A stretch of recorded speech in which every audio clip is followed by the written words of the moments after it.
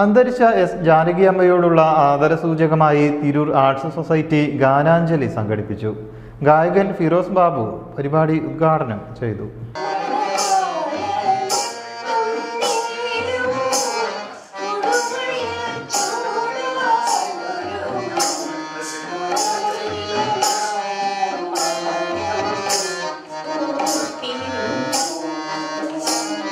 ജാനകിയമ്മയുടെ 2 പരിപാടികളിലാണ് തബല വായിച്ചിട്ടുള്ളത്.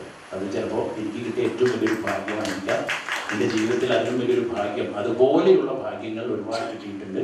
ഞാൻ അതിനെയാണ് ഏറ്റവും മുകളിൽ വയ്ക്കുന്നത്. അവാർഡ് വേണ്ട, പുരസ്കാരങ്ങൾ വേണ്ട, ബഹുമതികൾ വേണ്ട, ഒന്നും വേണ്ട. ജീവിച്ചു മരിച്ചു പോകുന്നതിനിടയിൽ ഈ അവാർഡുകളൊക്കെ മതി. അനുരാഗിണിക്ക് തബല വായിച്ചിട്ട് അവസാനം പാടുന്ന 2ാമത്തെ അനുരാഗിണിക്ക് ഒരു മനോധർമ്മം എൻ്റെ ഇഷ്ടത്തിന് വായിച്ചപ്പോൾ ദാസേട്ടൻ എന്നെ ചെവിക്കുന്നി ഇങ്ങനെ പിടിച്ചിട്ട് സ്റ്റേജിൽ നിന്ന് പുറത്തിട്ടിട്ട് ഇനി മേലാൽ നീ ഈ ലോകത്ത് തബല വായിക്കരുത് എന്ന് പറയുമെന്നാണ് ഞാൻ കരുതിയത്. ദാസേട്ടൻ പൊക്കി എന്നെ അങ്ങോട്ടിടും, ഇത് ഒറിജിനൽ ഇല്ലല്ലോ, തോന്നിവാസം വായിക്കുകയാടാ കഴുതേ എന്ന് എന്നോട് പറയുമെന്നാണ് ഞാൻ സത്യത്തിൽ വിചാരിച്ചത്. പക്ഷേ പരിപാടി കഴിഞ്ഞു. ദാസേട്ടൻ്റെ പരിപാടിയല്ല, ദാസേട്ടൻ ഗസ്റ്റ് വന്ന പരിപാടിയാണ്. വിജയ് ആയിരുന്നു പാടിയിരുന്നത്, വിജയ് ശ്വേതയായിരുന്നു പാടിയിരുന്നത്.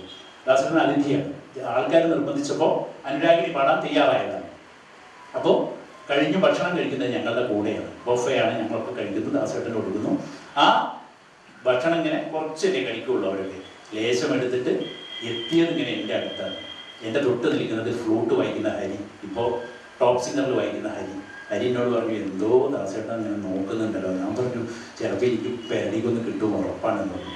ദാസേട്ടനെ 10 ദിനം മനസ്സിൽ വെക്കേണ്ട കാര്യം, എത്രായിരം തബലിസ്റ്റുകളൊക്കെ ഉണ്ട ഒരു മനുഷ്യൻ. അവിടെ ഈ പുഴുപോലത്തെ ഞാൻ എന്ത് അദ്ദേഹത്തിനും.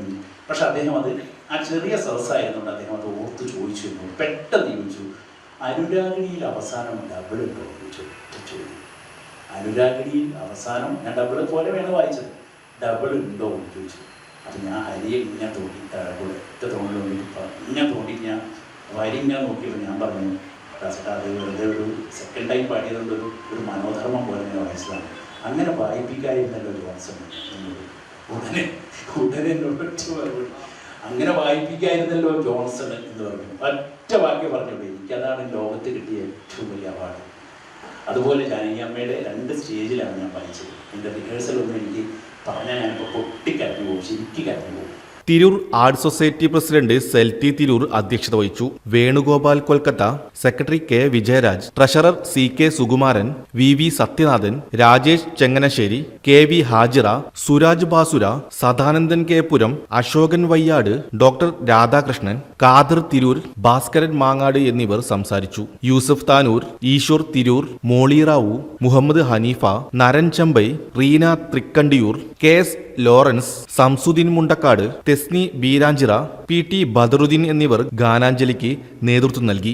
എസ് ജാനകിയമ്മ ആലപിച്ച അനശ്വര ഗാനങ്ങൾ അവതരിപ്പിച്ച പരിപാടി സംഗീതാസ്വാദകർക്ക് ഹൃദയസ്പർശമായ അനുഭവമായി. News bureau, Tirur.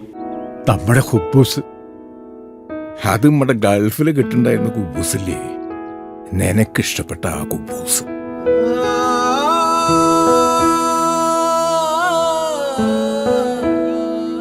പ്രവാസികൾക്ക് മാത്രല്ല, ഇപ്പൊ നാട്ടിലെല്ലാവർക്കും അൽദാൻ കുബൂസ് മാത്രം മതി.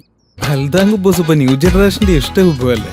ഷുഗർ ഉണ്ടെങ്കിൽ ഗോതമ്പിന്റെ കുബൂസ് ആവാട്ടോ. മലയാളിയുടെ ഭക്ഷണ താല്പര്യങ്ങൾക്ക് ഇനി പുതിയ സ്വാദ്. അൽദാൻ ലെബനീസ് കുബൂസ്.